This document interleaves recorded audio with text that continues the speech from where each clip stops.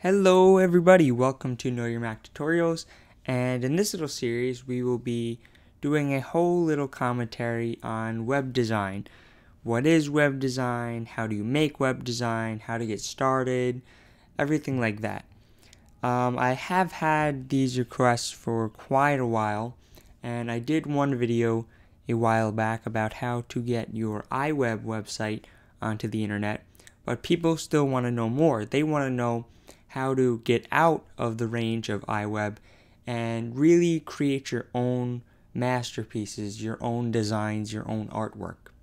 So in this little series, I'm going to be showing you a quick little startup of how to kind of embrace all there is to web design and get yourself right into there.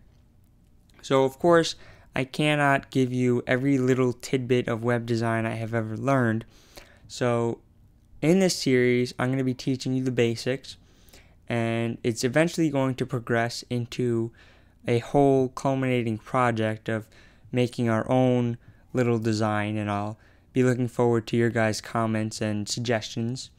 And I'll also be giving you resources that you can just look up some more information about specific topics and things like that along the road.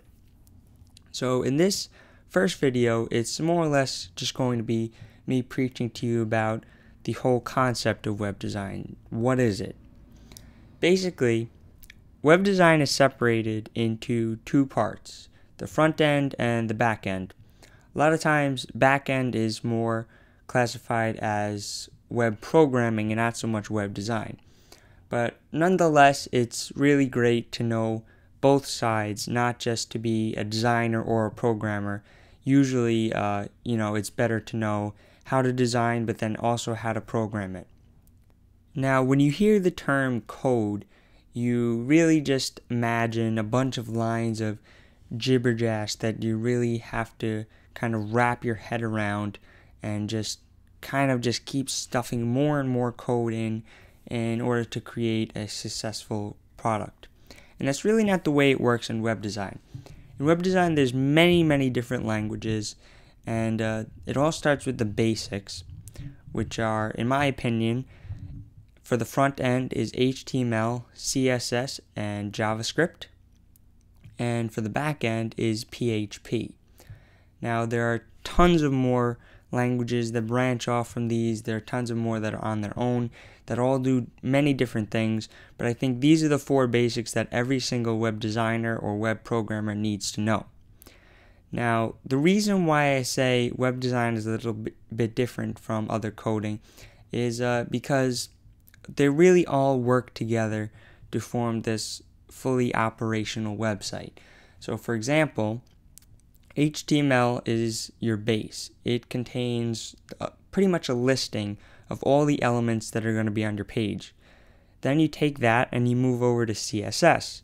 CSS styles your page. It tells the browser, make this blue, make that text red, something like that.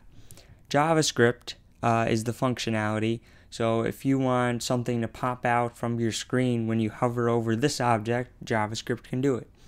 And PHP can do many different versatile things.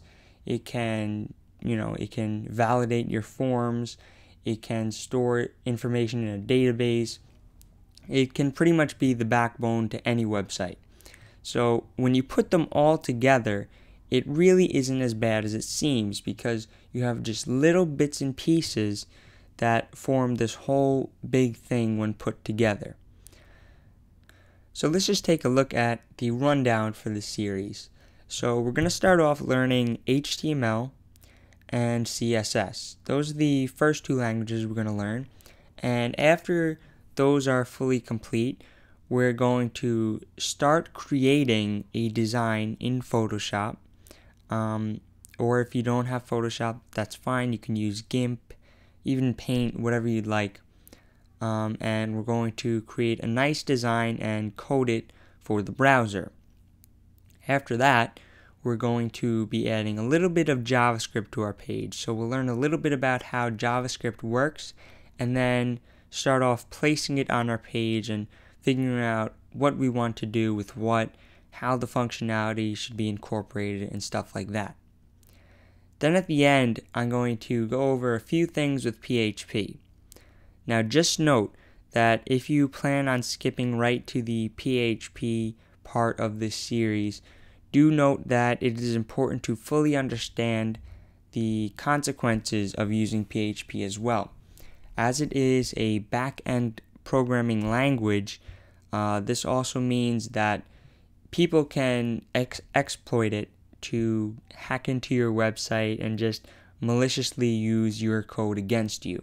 So before you put out a fully working version of a website using PHP, make sure you fully understand what each line of PHP code does, and also figure out if there's any way that people can exploit the information on your website. We will be going over a little bit about PHP safety and how to keep your website free from hackers when we get to that point in this series. But for now, if you go to the bottom of your page, you will see a little tiny hotbar type of thing. It's basically YouTube's way of showing you all the videos in the series. You can go right down there and select the next video and continue watching.